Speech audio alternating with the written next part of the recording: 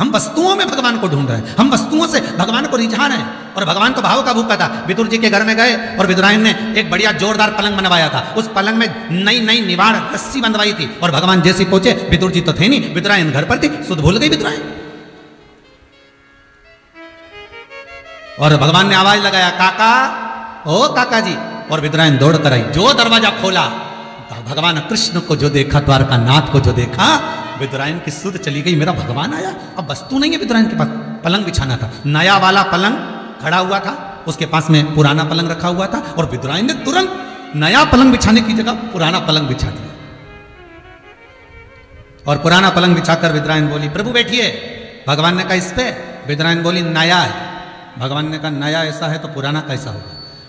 पुराने पलंग की जो रस्सियां थी, निवाड़ थी, उसको 10-12 जगह से 14 जगह से ऊंदरा ने, चूहे ने कतर दिया था। रस्सियां नीचे लटक रही थी और भगवान से कह रही, बैठो, नया है।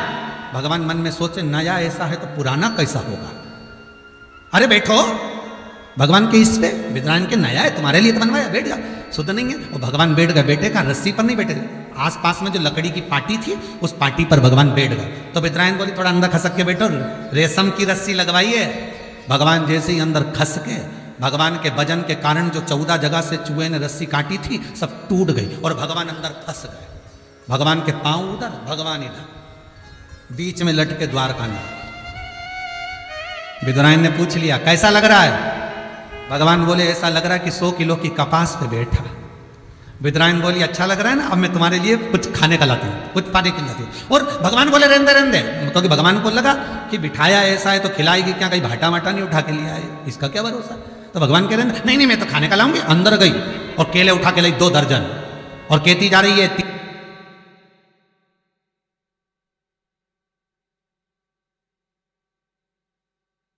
बीमारी से भी अगर जूझ रहा है, लड़ रहा है और डॉक्टर भी उसको दवाई दे रहे हैं, तो पहले शंकर का एक बार नाम ले ले, एक बार उस महामृत्युंजय को याद कर ले, एक बार श्री शिवाय नमस्तुभ्यम का स्मरण कर ले, एक बार शंकर को दिखाकर वो दवाई खिला दी जाए। यही भाव समझो कि हम शंकर का अमृत तत्व दे रहे हैं, हम शिव का भाग प्रसाद दे रहे हैं।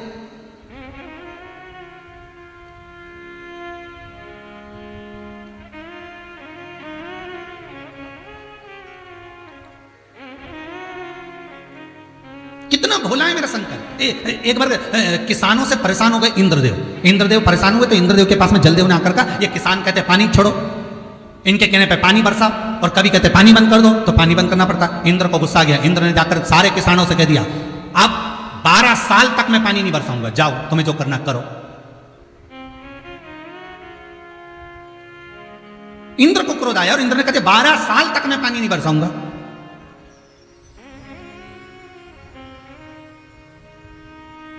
सबकी सब परेशान होकर देव ऋषि नारद के पास गए। नारद जी बोले क्या है? इंद्र गुस्से में आकर उन्होंने कह दिया 12 साल पानी नहीं बरसाऊंगा पृथ्वी पर। अच्छा, सारे किसान भूखे मर जाएंगे, पृथ्वी का क्या होगा, क्या खाएंगे? नारद जी ने कहा चिंता मत करो, तुम सब शंकर जी का भजन करो। सारे किसान लग गए अपने अपने घरों में शंकर जी का भजन करने लगे, शिव का स्मरण करने लगे। शंकर भगवान के पास इंद्र ने जाकर कहा, मैं बहुत परेशान हो गया था इन किसानों से, इसलिए मैंने 12 वर्ष का नियम लिया, 12 वर्ष पानी नहीं देना। आप भी मना कर देना अगर आपके पास खबर आए तो। शंकर जी का भजन करा, शंकर जी प्रकट हुए। शंकर जी ने पूछा, बोलो रे किसान क्या बात है? किसान बोले 12 साल तक इंद्र पानी नहीं देंगे, कुछ करो। भगवान शंकर बोले एक बार इंद्र के पास जाकर विनती करो, हो सकता है मान जा। इंद्र के पास वापिस पहुंचे तो इंद्र से कहा आप मान जाइए, इंद्र से क्षमा मांगी तो इंद्र ने कहा मैं क्षमा तो कर दूंगा, मानता हूं, अगर शंकर जी अपना डमरू बजा देंगे तो मैं पानी गिरा दूंगा। इंद्र ने जैसे किसानों को कहा, दौड़ के इंद्र शंकर जी के पास गए, बोले ना जी मैंने वर दे दिया, पानी डमरू बजेगा तब, डमरू मत बजाना 12 साल, मेरे वचन को निभा लेना। इंद्र कहता है मेरे वचन को निभाना, 12 साल डमरू मत बजाना। शंकर जी बोले ठीक है। किसान वापिस आ गए, किसानों ने शंकर जी से कहा डमरू बजा दो। शंकर जी बोले मैंने नियम लिया है कि 12 साल तक डमरू नहीं बजाऊंगा। सारे किसान पार्वती जी के पास पहुंचे। अब मां तो मां होती है।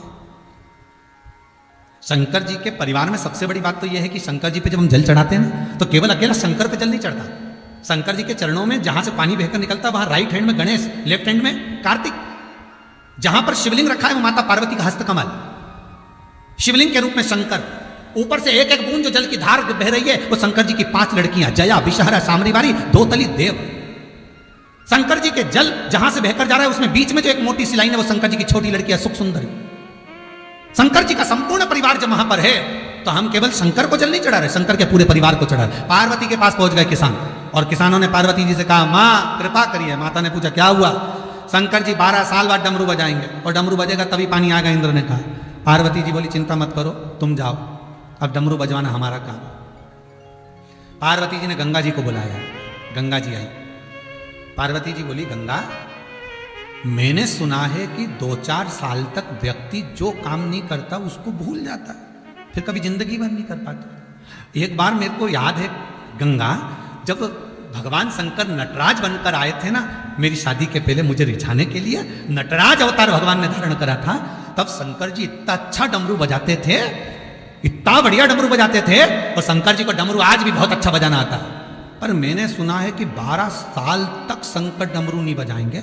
पर चिंता मुझे ये लगी, अगर 12 साल तक कोई व्यक्ति काम नहीं कर पाता तो वो कुछ काम कर ही नहीं पाता, भूल जाता। सिलाई करने वाला 12 साल में अगर सिलाई करेगा तो सिलाई भूल जाएगा, कढ़ाई करने वाला कढ़ाई करेगा तो 12 साल में कढ़ाई भूल जाएगा। तो फिर शंकर जी अगर 12 साल बाद डमरू बजाएंगे तो डमरू बजाना भूल तो नहीं जाएंगे। शंकर जी को कुछ भी हो पर थोड़ा सा प्रैक्टिकल करते रहना चाहिए। गंगा शिव जी को थोड़ा सा प्रैक्टिस करते रहना चाहिए, थोड़ी थोड़ी प्रैक्टिस करें। इतने में शंकर जी बैठे थे और शंकर जी ने सुना कि प्रैक्टिस करो नहीं तो डमरू बजाना भूल जाएंगे। और मेरे को भी 1 साल हो गया और डमरू तो नहीं बजाया, इंद्र के कहने पे कहीं भूल तो नहीं गया। शंकर जी को चिंता लगी भूल तो नहीं गया, अगर भूल गया होऊंगा तो शंकर जी ने डमरू को उठाया और धीरे से बजाया। जैसे ही बजाया तो जल देव ने बरसा, जल वृष्टि प्रारंभ।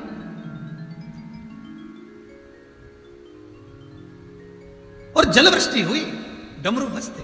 बस वही तुम्हारे भीतर हो। परमात्मा को पाने की ललकता वस्तुओं में नहीं हो सकती। आप दिल से भगवान शिव को रिझाओ, वो डमरू बजाने को तैयार बैठा है, वो डमरू का नाच करने को तैयार बैठा है।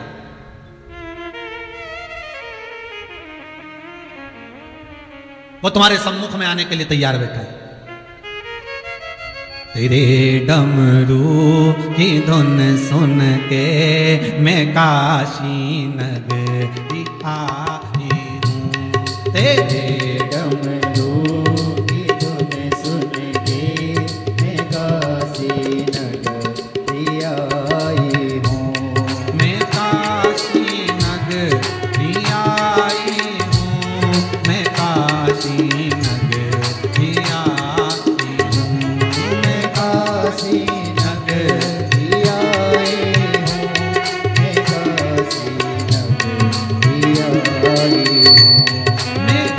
भोले ओ बम भोले मैं काशी आई हूँ।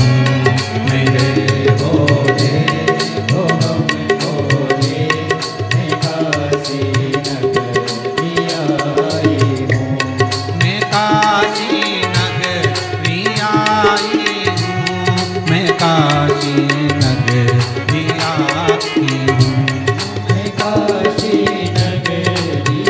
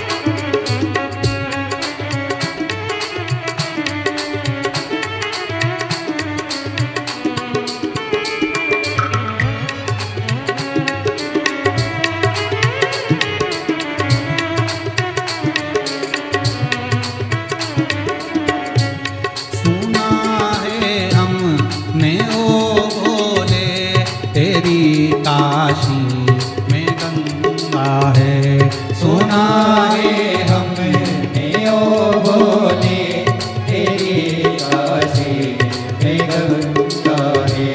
सुना है हमने ओ भोले तेरी काशी में गंगा है। सुना है हमने ओ भोले तेरी काशी में गंगा है।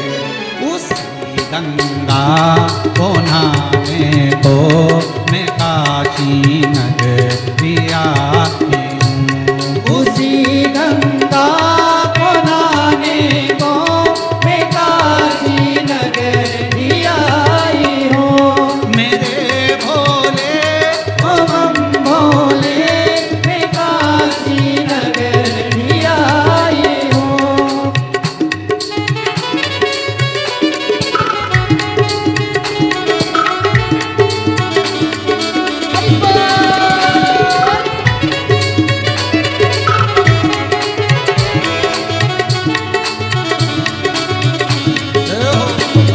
आनंद से ताली से बजते हैं।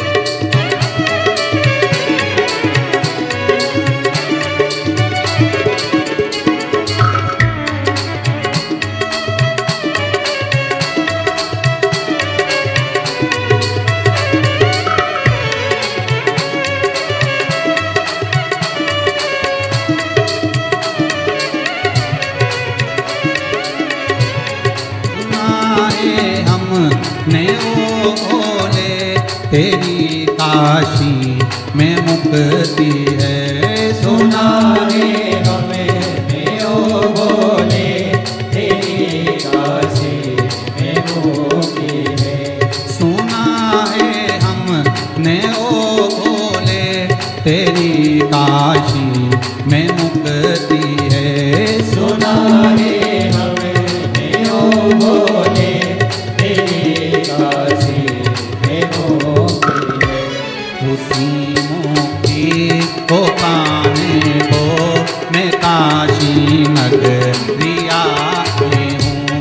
उसी मुक्ति को पाने को मैं काशी नगरी आई हूँ। मेरे भोले ओ बम भोले मैं काशी नगरी आई हूँ। मेरे भोले ओ बम भोले मैं काशी नगरी आई हूँ। तेरे डमरू की धुन सुन के मैं काशी नगरी आई हूँ। तेरे डमरू की धुन सुन के मैं काशी नगरी आई हूँ। हर हर महादेव। भगवान अगर डमरू का नाद करें, डमरू का यदि नाद करें शिव, और उस डमरू के धुन पर भी भगवान भोला है, शिव बड़ा भोला है, उसके बराबर दुनिया में कोई नहीं। सहज भोला, सरल। शिव कथा कर रहे हैं। थोड़ा सा अहंकार छोड़ दोगे तो भगवान को मिलने में सहजता होगी। थोड़ी अभिमत्ता को त्याग दोगे तो भगवान को मिलने में सरलता होगी। दक्षायनी सती का अहम गया।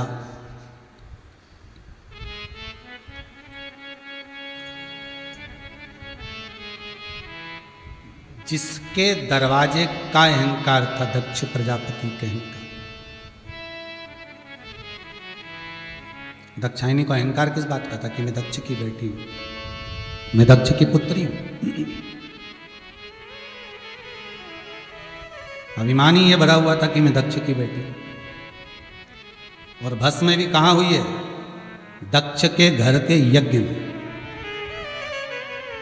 भाई बहुत ध्यान देना रे महाराज। जितने लोग कथा को श्रवण कर रहे हो बड़े भाव से सुन लीजिए, बड़े भाव से श्रवण करिए। दक्ष के घर में जाकर दक्ष के ही यज्ञशाला में दक्षायनी सती हो गई, भस्म हो गई। अहंकार जिस चीज का होता है, अभिमान जिस चीज का होता है, वही चीज सबसे पहले टूटती है, सबसे पहले वही टूटेगी। जिस चीज का अहंकार होगा, जिस चीज का अभिमान होगा, सबसे पहले टूटने वाली वही है। और देख लो अहंकार, ये दांतों को सबसे बड़े अहंकार रहता है, मैं सबको खा सकता हूं, मैं सबको खा जाऊंगा, सबसे पहले वही टूटते हैं। इन नैनों को अभिमान रहता है, मैं सब कुछ देख सकती हूं, धीरे धीरे वो भी चली जाती है। श्रवण को अहंकार रहता है कि मेरी शक्ति बड़ी प्रबल है, मेरी श्रवणता बड़ी प्रबल है, सबसे पहले वही धीरे धीरे चले जाते हैं।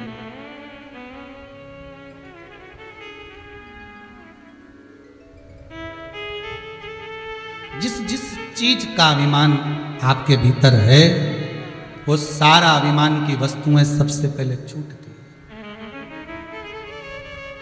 दक्षायनी दक्ष के यज्ञ में जाकर समाप्त हो गई। शिव को क्रोध आया,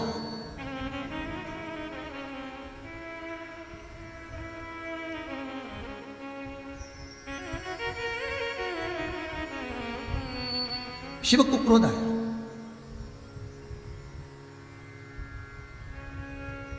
और बहुत क्रोध आया। कुछ चीजें बहुत कठिन होती हैं, कुछ चीजें बहुत कठिन होती है। पहले नंबर पर चींटी को चश्मा लगाना सबसे कठिन काम। दूसरे नंबर पर हाथी को गोद में बिठाना, अरे बोलो जम के सही गलत है, बहुत कठिन काम। चींटी को चश्मा लगाना कठिन है, हाथी को गोद में बिठाना कठिन है, और पति को पत्नी को समझाना कठिन है। ये दुनिया की सबसे कठिन चीज है। शंकर भगवान पार्वती को, दक्षायनी को समझा रहे थे, सती को समझा रहे थे कि तू मत जा, नहीं मानी, चली गई और शांत भी हो गई, समाप्त हो गई, भस्म हो गई। शंकर भगवान को क्रोध आया और वो क्रोध दक्ष प्रजापति पर कम आया, अगर क्रोध आया तो सती पर ज्यादा आया कि सती अगर तुझे प्राण त्यागना ही थे, मान लो तुझे प्राण छोड़ना ही थे, तो तू कहीं और प्राण छोड़ती, पर तू जो यज्ञ हो रहा था उस यज्ञ के कुंड में कूद कर तूने प्राणों को त्यागा।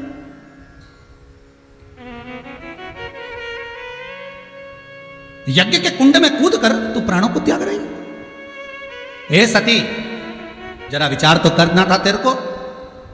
शास्त्र कहता है, हिंदू धर्म कहता है, हमारे वेद और पुराण कहते हैं, कहीं यज्ञ हो रहा हो, अनुष्ठान हो रहा हो, सत्कर्म हो रहा हो, भजन कीर्तन हो रहा हो, कोई पुण्य का कार्य हो रहा हो, बन सके तो उसमें सहयोग प्रदान करना, अन्यथा उसमें जाकर आप अर्चन उत्पन्न मत करना।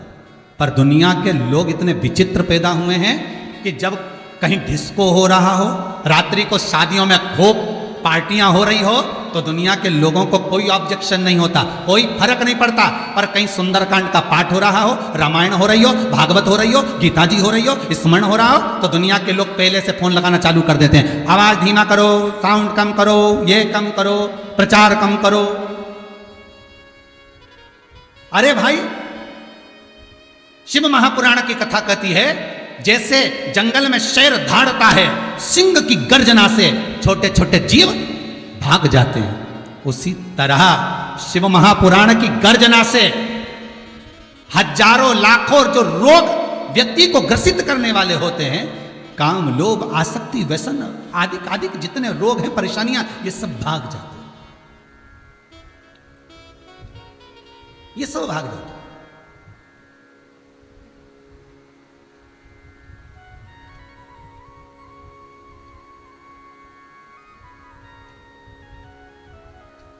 कि ले भोले का नाम तुझको शिव मिलेगा।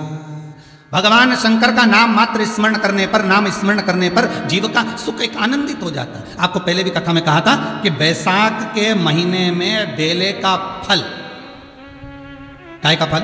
बेले का फल, उस फल को शंकर को चढ़ाकर उसका गुर्दा रख लीजिए, या बन सके तो बैसाख के महीने में बेले के फल को जलाकर उसकी भस्म तैयार कर कर शंकर पर चढ़ाकर उसको उठाकर रख लीजिए। वो दुनिया की सबसे बड़ी औषधि है, वो दुनिया की सबसे बड़ी औषधि। बैसाख के महीने में एक बेल का फल अगर आपको कहीं मिल जाए तो उस बेल के फल को सुखाओ, सुखाकर उसको पीस लो और पीस कर या उसको जलाकर उसकी भस्म तैयार कर कर शंकर पर चढ़ा दो। चढ़ाने के बाद उसको उठा लो, उतार कर एक डिब्बी में भर के रख लो। कभी जीवन में ऐसा लगे कि बहुत भारी रोग आ रहा है, ऐसा लग रहा है कि शरीर में, उदर में, पेट में कोई ज़्यादा तकलीफें बढ़ रही, एक चुटकी वो भस्म बस शंकर का नाम लेकर धारण कर लीजिए, आपको आनंद की अनुभूति हो जाएगी, कोई औषधि लेने की जरूरत नहीं पड़ेगी। शिव का स्मरण मात्र सुख का देना।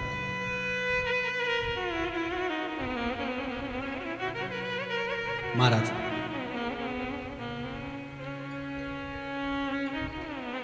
शिव महापुराण की कथा करें। अगर तुम्हें भस्म होना ही था सती दक्षायनी तो और कहीं जाकर भस्म होती तो चल जाता, पर आपने यज्ञ के अंदर कूद कर आहुति दे दी अपने शरीर की। ये ठीक नहीं, ये श्रेष्ठ नहीं।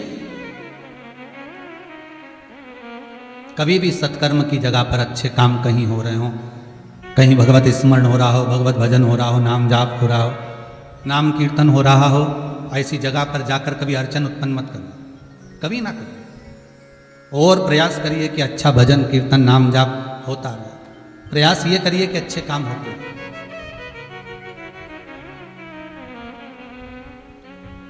महाराज सती तुम क्रोध की अग्नि में जलकर भस्म हुई हो, इस यज्ञ की अग्नि में जलकर भस्म हुई हो सती। मैं शिव आपको कहता हूं, आपने देवताओं के यज्ञ में अर्चन उत्पन्न करी है, इसलिए आपको कोयल का जन्म लेना पड़ेगा। देखिएगा, सती जलकर भस्म हुई तो अगला जन्म इनका कोयल का हुआ। कोयल बनकर सती जब 2 आषाढ़ पड़ेंगे, और 2 आषाढ़ जब पड़ेंगे, उन 2 आषाढ़ में जब तुम मेरी आराधना करोगी, 2 आषाढ़ मतलब 2 अधिक मास आषाढ़ के पड़ेंगे, उसमें तुम जब मेरी आराधना करोगी तब इस कोयल की योनि से मुक्त होकर, उसको हमारे यहाँ हिंदू धर्म में कोकिला अधिक मास कहते हैं। जब 2 आषाढ़ पड़ते हैं तो कोकिला अधिक मास कहलाता है।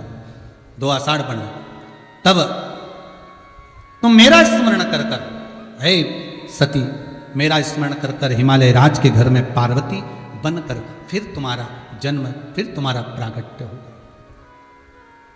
फिर तुम जन्म। दक्षायनी की आंख से आंसू बह रहा है, नैनों से जल बह रहा है, अश्रु गिर रहा है। और दक्षायनी की आंख से जब आंसू गिर रहे हैं, नैनों से जल बह रहा है कि मैं कोयल बनूं, ठीक है, पर आपसे तो मैं वंचित रह जाऊंगी, आपसे तो मैं दूर रह जाऊंगी, और आपसे अगर मैं दूर रह गई तो मेरा फिर कोई जन्म हो मुझे मतलब ही ना।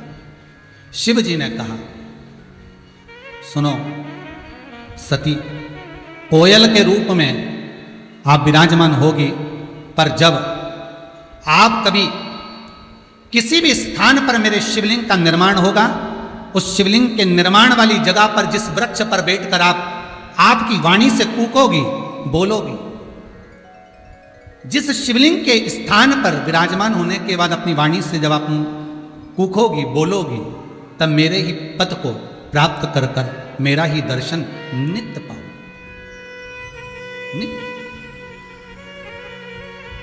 एक बहुत सुंदर बात है महाराज जी, अगर आप लोगों ने ध्यान देंगे, कोयल जब अपनी वाणी से कूकती है ना, कोयल जब अपनी वाणी से कुछ पुकारती है ना, तो उस कोयल को रोका नहीं जाता है, प्रसन्न होना चाहिए। क्यों? कोयल जब अपनी वाणी से कूकती है, पुकारती है, तो कोयल को उतनी देर के लिए शंकर का दर्शन होता है, उतनी देर के लिए शिव। हे दक्षायनी, तुम कोयल का जन्म पाओगे, तुम्हारी वाणी जब निकलेगी, तुम्हारी वाणी से जब तुम संबोधन करोगी तब मेरा दर्शन पाओगे। जब उसको याद आती है, दक्षायनी को, सती को जब शिव की याद आती है, वो कूकती है, आवाज लगाती है, शंकर उसके सम्मुख में होते हैं। मेरा निवेदन केवल कोयल से ही नहीं, मेरा निवेदन आप सबसे भी है। जैसे कोयल एक पक्षी होकर दक्षायनी कूक कर भी भगवान को पा लेती है, आप और हम अगर एक बार दिल से हृदय से शिव को पुकारेंगे तो क्या शंकर नहीं आएगा? एक बहुत सुंदर बात कहें आपसे, ये कोरोना वायरस की गति और प्रार्थना की गति, आपके भजन की गति, भक्ति की गति, इन दोनों में तीव्रता किसकी है? जम के बोलिए।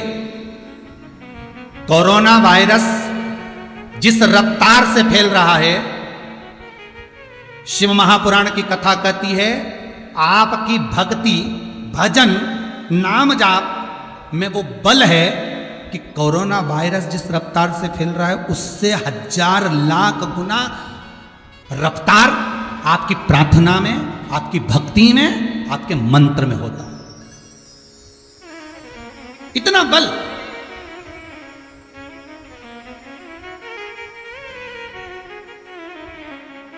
आप दिल से पुकारो, मत बोलो। आप मुख से अगर कोई शब्द नहीं निकाल सकते मत निकालो, दिल से बैठकर भी आप शंकर जी का अनुमोदन करोगे। कोई बीमार भी है उसके लिए प्रार्थना करोगे। कहते हैं कोरोना वायरस दुनिया का दुख जिस रफ्तार से चलता है उससे 1000 लाख गुना ज्यादा तेज रफ्तार से हमारे दिल की प्रार्थना चलती है, हमारा मंत्र जाप चलता है, हमारा स्मरण चलता है। आपसे ये नहीं कहा कि आप महामृत्युंजय का जाप करो, आप ओम नमः शिवाय जपो, आप श्री शिवाय नमस्तुभ्यं जपो। आप तो दिल से भगवान को पुकारो। तुम्हारे दिल से जब तरंगे निकलेंगी, तुम्हारे दिल से जब आवाज निकलेगी, जब कोयल कूकी तो शंकर को सामने आना पड़ा। जब तुम्हारे दिल से तुम भगवान को पुकारोगे तो ये तरंगे जब निकल कर जाएगी तो वायरस से ज्यादा तेज भागती हैं हृदय की तरंगे। प्रयास कर कर देखना। पहले के समय में मोबाइल नहीं होते थे। पहले के समय में आप किसी को याद करते थे, बहुत दिन हो गए नहीं, वो जीजी नहीं दिखी, और मालूम पड़े कभी कभी ऐसा होता था कि या तो उसका पत्र आ जाता था या जीजी घर पे आ जाते थे। ये दिल की तरंगे होती थी। पहले ये मोबाइल नहीं होते थे, पहले फोन नहीं होते थे। ये दिल से याद किया जाता था और सामने वाला व्यक्ति सामने आ जाता था।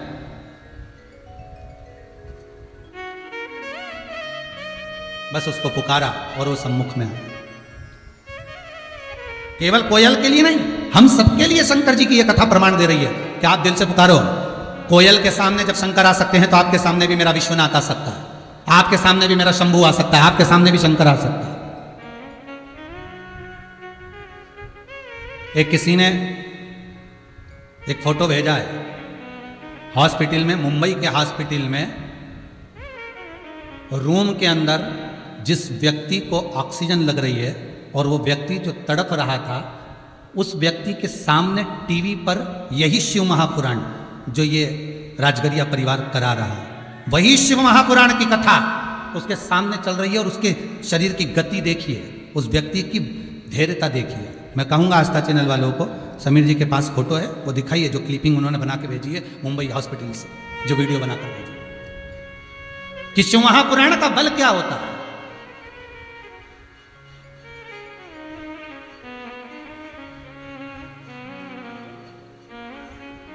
शिव महापुराण की भक्ति का बल क्या होता है।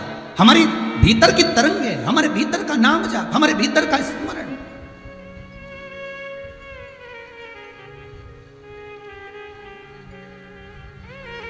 और वो नाम जाप का फल आप ना, हम फिर कहेंगे आपको, हम फिर कह सकते हैं अभी मंदिर बंद हैं, सारे देवालय बंद हैं, मान लो आप नहीं जा सकते, आप नहीं पहुंच सकते, तो आप अपने दिल से तो पुकार सकते हो उस शंकर को। उस मंत्र की तरंगे क्या कहती है, मात्र शिव महापुराण की उसने लिखकर भेजा है। अगर हो आस्था चैनल वालों के पास तो दिखाइएगा कि सामने टीवी चल रही है और मरीज उस टीवी को देखकर अपने आनंद सुख से उस कथा का रसास्वादन कर रहा है। जो तड़प रहा था उन्होंने जो डॉक्टरों ने मैसेज लिखकर भेजा कि शिव महापुराण की कथा, वो जीव जो सुन रहा है उसके इतना आनंद हो गया कि उसका मरीज का बिल पावर मजबूत होकर वो ठीक होने लगा। तो ये दम शंकर की कथा में, ये तरंगे आपका प्रेम, आपकी वात्सल्यता, आपका स्नेह, आपकी करुणता।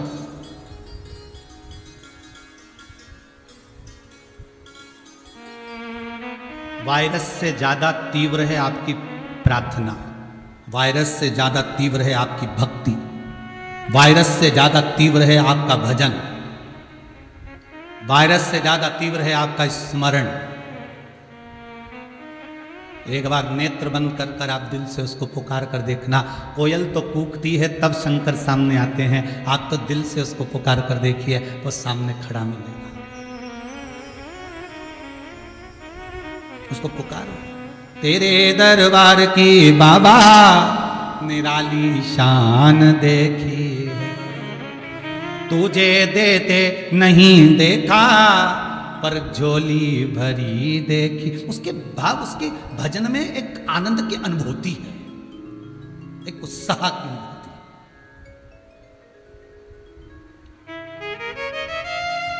कैसे मिलेंगे शिव? शंकर समय आया,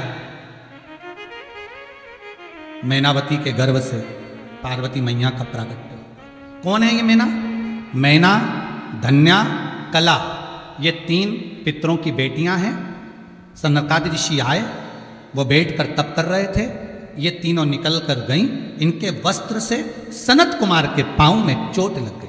पहले जो वस्त्र होते थे उसमें रतन लगे होते थे, जैसे इसमें कांच लगा है, उसमें झामर झुमका लगा होता था। तो माताएं जब चलती थी तो वो झुमका, जो साड़ी में, वस्त्र में, लहंगे में जो सामग्री लगी होती थी, आभूषण लगे होते थे, उससे सनत कुमारों को चोट लगती।